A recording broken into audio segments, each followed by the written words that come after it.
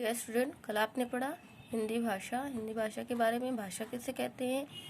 जिन ध्वनि संकेतों द्वारा हम अपने विचार और भावों को लिखकर, बोलकर या किसी प्रकार से प्रकट करते हैं तो वो ध्वनि संकेत भाषा कहलाते हैं। और हमारी राष्ट्रभाषा क्या है? हिंदी।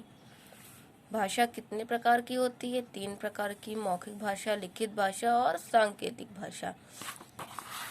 अब हम पढ़ेंगे भाषा का मूल आधार।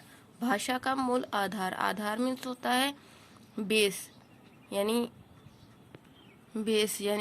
नींव, जड़। यानी भाषा कहाँ से उत्पन्न हुई, पैदा कहाँ से हुई।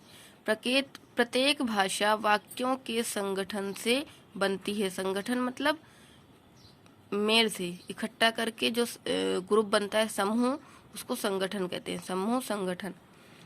प्रत्येक भाषा यानी हर एक भाषा वाक्यों के संगठन से, यानी वाक्यों को मिलाकर बनती है। वाक्य क्या होते हैं आपको पता होगा। वाक्य यानी कई शब्दों को मिलाकर एक लाइन जो लिखी जाती है उसे वाक्य कहते हैं। जैसे ये लिखा है, प्रत्येक भाषा वाक्यों के संगठन से बनती है तक ये हो गया एक वाक्य। एक लाइन पूरी हो गई, ये हो गया एक वाक्य। अब इसमें कई सारे शब्द मिले हैं, जैसे प्रत्येक, भाषा। प्रत्येक एक शब्द है, भाषा एक शब्द है, ये 2 शब्द हो गए। वाक्य 3 शब्द हो गए। ये सारे शब्दों को मिलाकर जब ये लाइन कंप्लीट हुई है तो ये हो गया वाक्य। और ये शब्द जो लिखे गए हैं, शब्द के अंदर कई सारे अक्षर मिले हैं। कई सारे अक्षर को मिलाकर, कितने सारे वर्णों को मिलाकर, यानी इसको बनाया गया है शब्द। जैसे पा लिखा है, पा, और इसमें रा की मात्रा लगी है, पा और रा मिला है, ता, या, का। कितने सारे अक्षर हो गए इसमें? 1 2 3 4 5 अक्षर मिलाए गए हैं इसमें। तो ये अक्षरों को मिलाकर बन गया है शब्द। अब शब्दों को मिलाकर, एक शब्द ये है, एक शब्द ये, इसको भी अक्षरों को मिलाकर बनाया गया है। अक्षरों को मिलाकर शब्द बनता है, फिर शब्दों को मिलाकर वाक्य बनता है। उसके बाद वाक्यों को मिलाकर, यानी 1 लाइन, 2 लाइन, 3 लाइन वाक्यों को मिलाकर भाषा की उत्पत्ति होती है, भाषा बनती है। देखिए लिखा है, वाक्य शब्दों से के योग से बनता है। योग मतलब मिलान से। वाक्य शब्दों के योग से, यानी शब्दों को मिलाकर बनता है। और शब्द वर्णों के योग से, और शब्द वर्णों यानी अक्षरों को मिलाकर बनता है।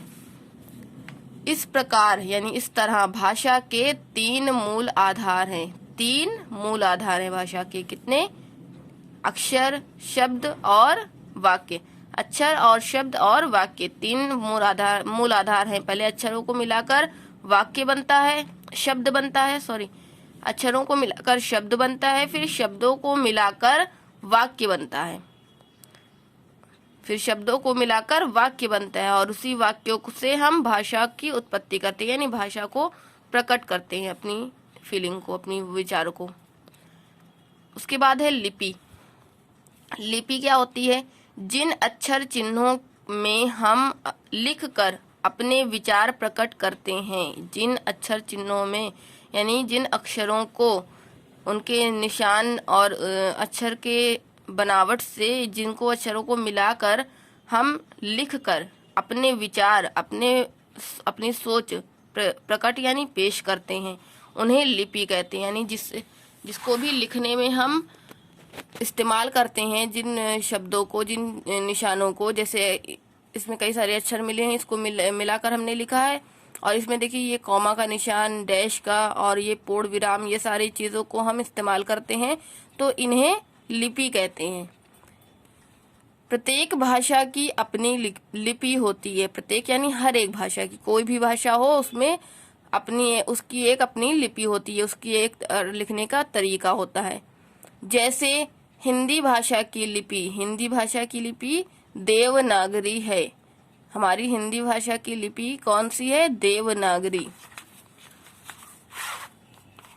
तथा यानी और उर्दू भाषा फारसी लिपि में लिखी जाती है।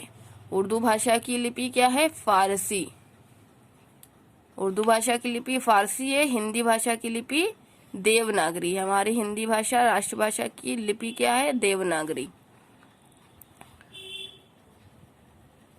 भाषा किसे कहते हैं और भाषा कितने प्रकार की होती है, हमारी राष्ट्रभाषा का नाम क्या है, ये तीनों क्वेश्चन मैंने कल दिया था आपको लिखने के लिए, और बाकी के 3 क्वेश्चन आज आप लिखेंगे। लिपि किसे कहते हैं, लिपि से क्या तात्पर्य है, यानी लिपि किसे कहते हैं, लिपि क्या है।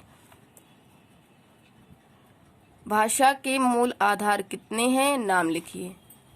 2 क्वेश्चन हो गए। हमारी मातृभाषा की लिपि क्या है, 3 क्वेश्चन आपको आज लिखने हैं। 3 क्वेश्चन कल लिखे थे, 3 क्वेश्चन आज लिखने हैं। 4, 5 और 6 आज लिखने हैं।